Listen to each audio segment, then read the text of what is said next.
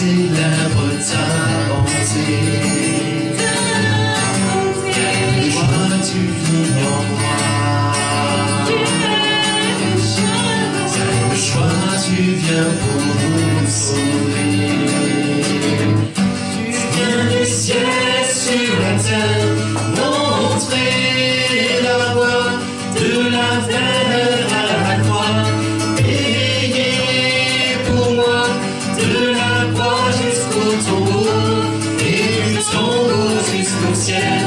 je loue ton nom éternel. Tu viens du ciel sur la terre, montrer la voie de la terre à la croix, payer pour moi de la croix jusqu'au tombeau, et du tombeau jusqu'au ciel, je loue ton nom éternel.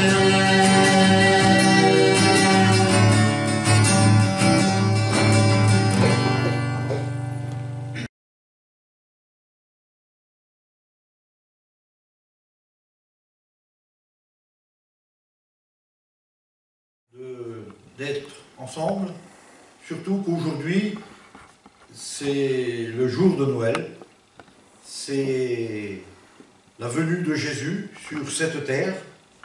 Nous voulons bénir notre Dieu, notre Père, qui nous a envoyé son Fils Jésus sur la terre. Il est venu se mettre à notre niveau, il est venu se mettre comme un simple homme, lui qui est le Fils de Dieu, lui qui est sans péché. Et on peut dire déjà, à cette époque, quand Jésus est né, il n'y avait déjà pas de place pour lui. C'était déjà fermé. Il n'y avait pas d'hôtellerie pour lui. Et ce petit Jésus, comme on peut le dire, eh bien, il est né dans une pauvre étable. Il est né au niveau du bétail.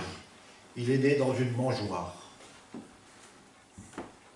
Et c'était le Fils, et c'est le Fils de Dieu.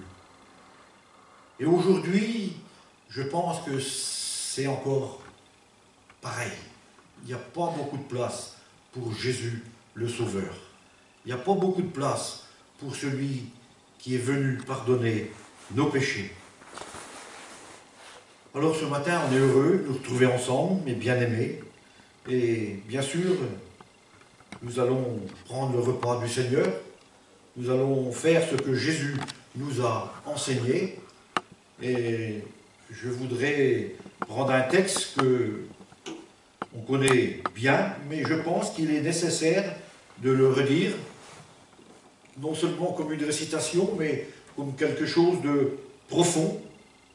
C'est la parole de Dieu. Et je vous invite, si vous voulez, à lire avec moi dans Luc 22, 14, qui nous dit ceci au sujet de la Pâque, au sujet de la Seine. L'heure étant venue, il se mit à table avec les apôtres, avec lui. Il leur dit, j'ai désiré vivement manger cette Pâque avec vous, avant de souffrir, car je vous le dis, je ne la mangerai plus jusqu'à ce qu'elle soit accomplie dans le royaume de Dieu. Ayant pris le coupe et rendu grâce, il dit, prenez cette coupe et distribuez-la entre vous. Je vous dis, je n'aboierai plus désormais du fruit de la vigne, jusqu'à ce que le royaume de Dieu soit venu. Nous voulons continuer encore. Il dit ensuite, il prit du pain, et après avoir rendu grâce, il le rompit et le donna, en disant, ceci est mon corps qui est pour vous. Faites ceci en mémoire de moi. Il prit de même la coupe après le souper, et la leur donna en disant, cette coupe est la nouvelle alliance en mon sang, qui est répandue pour vous. Je pense, mes bien-aimés, que sur ces paroles qui sont merveilleuses, nous pouvons prier avant de prendre le repas du Seigneur. Seigneur, c'est vrai, ce matin, nous voulons nous recueillir et nous voulons faire ce que tu nous dis. Seigneur, merci, parce que tu l'as dit à tes apôtres, ensemble, de prendre le pain et le vin. Ce pain, ça nous fait voir le corps de Christ, son corps qui est vraiment une nourriture. Et le vin, ça nous rappelle le sang de Jésus. Ce sang qui a coulé jusqu'à la dernière goutte pour laver mon péché, pour laver nos péchés, pour laver les péchés de l'humanité. Alors, bien sûr, nous voulons prendre ce pain et ce vin avec respect, avec discernement. Que nos cœurs soient purs pour prendre ces éléments. Bien sûr, c'est un symbole, mais à travers ce symbole, eh bien, nous glorifions Seigneur. Nous le bénissons. Nous lui disons, Seigneur, à toi la gloire. Parce que ce pain qui est ici, ça représente le corps de Christ. Son corps qui a été meurtri, son corps qui a été fouetté, ses mains qui ont été percées, ses pieds, son côté, et même une couronne d'épines sur sa tête. Quelle humiliation pour le Fils de Dieu. Mais tout cela, c'était le plan de Dieu. Et à travers cette chose, eh bien, nous voulons prendre ce pain, qui est la nourriture. La parole de Dieu nous dit que le pain, c'est vraiment la nourriture, et le vin, c'est vraiment aussi le breuvage. Alors, mes bien-aimés, ce matin, nourrissons-nous de cette bonne parole et de ces éléments. Alors, mes frères et sœurs, je vous invite à votre place, à vous lever, que chacun s'éprouve soi-même. Vous savez, moi je ne peux pas lire dans vos cœurs, vous ne pouvez pas lire dans le mien, mais le Seigneur, lui, il peut lire dans nos cœurs. Alors, que chacun, ce matin, eh bien, se place devant le Seigneur pour prendre ce pain et ce vin, et que ça soit comme un bouquet de fleurs, un bouquet de bonne odeur, un bouquet avec un parfum, pour faire monter notre louange au Seigneur ce matin. Alors, mes bien-aimés, ensemble, nous pouvons prier, et que chacun dise seulement merci au Seigneur pour toutes ces choses. Voilà, en cette matinée, en ce jour de Noël, nos cœurs sont dans la joie. Parce que Noël, c'est l'anniversaire de Jésus. Mais pour nous, chrétiens, vous savez, c'est tous les jours Noël. Parce que c'est tous les jours que Jésus est dans nos cœurs et que Jésus est avec nous. Voilà, avant de laisser la place à la louange, je voudrais chanter ce petit cantique qui nous dit « Attaché à la croix pour moi ». Attaché à la croix pour moi, attaché à la croix pour moi, il a pris mon péché, il m'a délivré, attaché à la croix pour moi. Merci au Seigneur.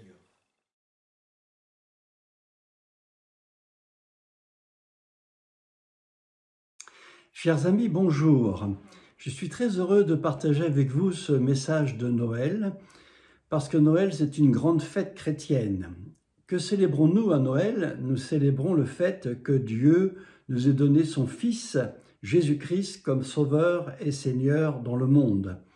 Et nous savons que cette fête de Noël, traditionnellement, se célèbre en partageant des cadeaux. C'est vrai que dans l'évangile de Jean, au chapitre 3, le verset 16, qui est peut-être le verset le plus connu de la Bible, il nous est dit que Dieu a tellement aimé le monde qu'il nous a donné Jésus-Christ, afin que quiconque croit en lui ne périsse point, mais qu'il ait la vie éternelle. Et le verbe important dans ce verset, c'est le verbe « donner ». Dieu nous a par amour donné Jésus.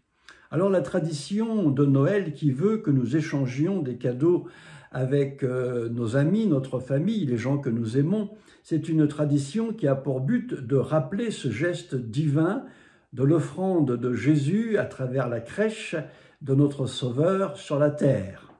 Et je pense que dans cette fête de Noël que nous allons célébrer, nous pouvons nous aussi offrir des cadeaux spirituels à tous ceux qui nous entourent. Puisqu'il y a plus de joie à donner qu'à recevoir, je vais vous suggérer quelques cadeaux spirituels que nous pourrions faire aux nôtres et qui seront certainement une grande source de bénédiction pour chacun d'entre eux.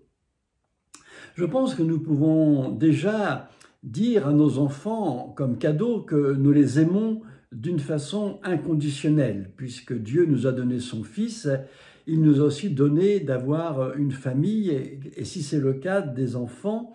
Et ces enfants sont de véritables cadeaux du ciel. Et alors, notre rôle en cette fête de Noël, ce n'est pas seulement de leur faire des présents physiques, mais un présent spirituel, un présent affectif qui est de leur affirmer notre amour inconditionnel parce que nos enfants ont besoin de notre accompagnement, ils ont besoin de notre affection tous les jours de leur vie, parce qu'ils seront toujours nos enfants.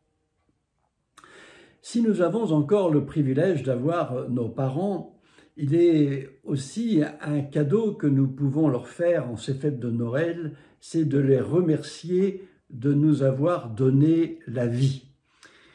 Car il n'est pas innocent pour eux d'avoir pris ce risque de nous donner la vie, d'avoir des enfants, de les mettre au monde, de les accompagner, de les éduquer, de les aimer, de les nourrir. Et rien que pour cela, nous devons être reconnaissants. Il y a une belle promesse dans l'Écriture qui nous dit que si nous honorons nos parents, nous augmenterons la durée de notre vie sur la terre. C'est une promesse de Dieu. Et je crois que dans ces fêtes de Noël, il y a beaucoup de parents qui apprécieront notre affection, qui apprécieront que nous leur fassions le compliment d'avoir pris soin de nous. Et puis, je pense aussi aux grands-parents. Nous savons que les grands-parents, dans leur âge avancé, à la retraite, peut-être aujourd'hui, sont souvent isolés. On a dit que les personnes de plus de 70 ans n'avaient que 7 minutes de communication humaine par jour, ce qui est très peu. Alors, il y a certainement de la part de nous chrétiens la possibilité de prendre soin davantage encore de nos grands-parents, s'ils sont encore de ce monde, et de leur dire combien nous sommes attachés à eux, combien nous aimons être avec eux, combien nous aimons partager leur communion. Et je crois qu'ils apprécieront que nous passions du temps avec eux. Ce que les gens de troisième âge ont besoin, c'est d'être surtout accompagnés, d'être visités. Et un des cadeaux que nous pourrions faire à ceux-ci, c'est bien de les rencontrer particulièrement dans ces jours de fête, mais pas seulement pendant ces jours de fête, mais également de les rencontrer le plus souvent possible pour que nous puissions leur manifester notre chaleur humaine. Il y a aussi un cadeau que nous pouvons faire dans ces fêtes de Noël. C'est un cadeau que nous pourrions faire avec tous ceux et toutes celles avec lesquels nous pouvons avoir des difficultés. Il est dit dans l'Écriture que nous devons nous aimer les uns les autres. Avec les uns, c'est facile, mais parfois c'est plus compliqué avec les autres. Et il arrive que nous ayons quelques reculs, quelques conflits, parfois quelques rancœurs. Et un des cadeaux magnifiques que nous pouvons faire, c'est le cadeau de la réconciliation, le cadeau du pardon. Si nous avons à être pardonnés, demandons pardon. Si nous avons à pardonner, pardonnons, parce que le pardon est une puissance qui libère celui qui demande pardon comme celui qui reçoit le pardon. Et je crois que dans ce message de Noël, la place du pardon est grande, puisque Dieu est venu, à travers Jésus, nous réconcilier avec lui-même. Il est venu pour que nous soyons pardonnés. Il est venu pour que Jésus-Christ puisse donner sa propre vie, pour que nous soyons réconciliés avec Dieu. Et le message du pardon humain, du pardon divin, fait sens dans cette fête de Noël. Donc, n'hésitons pas, si nous avons identifié dans notre vie, dans notre environnement, ce besoin d'être pardonné ou de pardonner, ne manquons pas de le faire durant ces fêtes. C'est un temps de grâce, un temps de réflexion, un temps d'amour, et nous pourrions de ce fait apporter cette contribution à la paix entre les uns et les autres, à la réconciliation par l'offrande et la réception du pardon. Car il n'est pas toujours plus facile que de donner, que de recevoir le pardon entre êtres humains. Et c'est là quelque chose auquel Dieu nous convie, et dans cette démarche, Dieu veut aussi certainement nous accompagner, nous aider.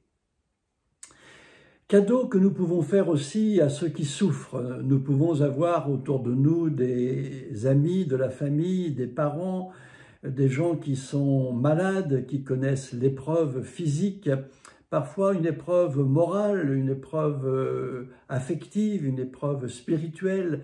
La souffrance ne manque pas d'atteindre souvent les enfants de Dieu et les hommes d'une façon générale, parce que la souffrance fait partie des conséquences de la misère et du péché sur la terre. Nous le savons fort bien.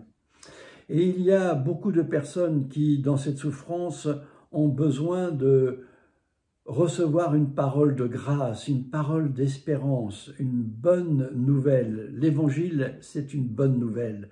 Et leur dire combien le Seigneur est celui qui veut prendre soin d'eux, qui veut les bénir, peut-être même leur proposer notre prière pour leur délivrance, pour leur guérison, leur dire que nous pensons à eux durant ces fêtes et que nous les portons sur notre cœur afin qu'ils soient bénis. C'est un cadeau de Noël que nous pouvons leur faire et qui certainement les touchera. Il y a tellement de personnes qui ont besoin de notre compassion. La compassion, c'est l'amour en action. Et agir profondément dans le sens de ce cadeau d'amour, c'est certainement de notre part une démarche que les uns et les autres apprécieront et que le Seigneur saura bénir. C'est certainement quelque chose qui est à notre portée et que nous pouvons faire si nous en l'avons vraiment à cœur. Et puis, il y a aussi autour de nous certainement beaucoup de personnes que nous pourrions appeler les indigents. Ces indigents peuvent être des gens dans les accidents de la vie, dans la pauvreté, parfois même des SDF. Et il nous arrive de les croiser, il nous arrive de les rencontrer dans la rue, dans notre environnement, parfois des gens abandonnés, des gens que nous pourrions qualifier de pauvres parce qu'ils n'ont pas de relations sociales, ils n'ont pas l'essentiel, ils n'ont peut-être pas même de famille. Et je crois que le rôle de l'Église de Jésus-Christ, à laquelle nous appartenons, puisque nous sommes des chrétiens, c'est peut-être aussi de partager avec les plus pauvres, les plus indigents. Nous nous souvenons de ce que Jésus disait à ce sujet. Il disait que lorsque nous faisons du bien à l'un de ses plus faibles, à l'un de ses plus petits, même la visite que nous pourrions faire aux prisonniers, c'est comme si c'est à lui que nous faisions cet acte de bénédiction, cet acte de grâce. Et le Seigneur apprécie que les chrétiens s'impliquent dans la charité au sens propre, au sens noble, dans cet amour vraiment qui est profond pour les autres, un amour qui n'attend pas de retour, mais un amour qui permet de partager parfois même quelque chose de matériel, mais surtout quelque chose d'affectif et de spirituel. Prenons le temps pour passer un moment avec les plus pauvres, pour leur partager notre affection, pour leur dire combien le Seigneur veut aussi les aider, prendre soin d'eux, parce que nous sommes les instruments de Dieu pour eux. Et puis, je pense que celui auquel nous pouvons faire le plus grand et le plus beau et le plus reconnaissant des cadeaux, c'est le Seigneur lui-même. Il nous a aimés, il nous a sauvés, il a donné sa vie pour nous sur la croix en étant sacrifié du sacrifice le pire qui soit, celui de la crucifixion. Et je pense que nous ne pouvons pas omettre dans ces fêtes de Noël, lui d'abord, de le remercier, de le célébrer, de le louer, parce qu'il est devenu notre sauveur, parce qu'il est devenu notre sauveur, parce que nous l'avons accepté, parce que nous l'avons reçu, parce que nous avons compris combien il était important de recevoir de lui la grâce du Père, la grâce de Dieu. Alors je pense que si nous disons comme Pierre le disait à Jésus, Pierre disait à Jésus, « Tu sais que je t'aime ». Si nous disons à Jésus, « Tu sais que je t'aime », alors il acceptera notre amour. Et le Seigneur apprécie que nous lui manifestions notre amour. Je pense que ça fait partie des cadeaux que nous devons nous-mêmes apporter à notre Sauveur, à notre Seigneur. Alors voyez-vous, cette fête de Noël, c'est de donner. Il y a plus de joie à donner qu'à recevoir. Et je pense que si nous donnons à nos enfants, si nous donnons à nos parents, à nos grands-parents, si nous savons nous réconcilier, si nous savons apporter une parole d'espérance à un malade, si nous savons prendre soin d'un indigent, si nous savons tout simplement rendre gloire et grâce à Dieu pour tout ce qu'il a fait dans notre vie, pour tout ce qu'il est pour nous, alors nous recevrons la vraie joie de Noël. La vraie joie de Noël, ce n'est pas simplement dans l'échange des cadeaux sous le sapin, mais c'est vraiment dans cet échange moral, spirituel, affectif que nous pouvons facilement donner. En plus, l'avantage, c'est qu'il est gratuit. Il ne coûte rien. Le plus pauvre d'entre nous peut partager son amour. Le plus pauvre, le plus indigent de nous peut partager cette grâce que nous venons d'évoquer ensemble. Et ceci n'est pas lié à notre possession, n'est pas lié à notre patrimoine, mais à notre cœur, à notre disposition d'esprit. Alors je vous souhaite de partager toute la grâce de Dieu, tout l'amour de Noël avec vos proches, vos amis, ceux que vous côtoyez au quotidien, que vous puissiez vraiment échanger ces cadeaux spirituels. Et vous allez voir que, comme dans la multiplication des pains, vous recevrez plein de corbeilles, de morceaux de grâce et de bénédiction qui resteront pour chacun d'entre vous.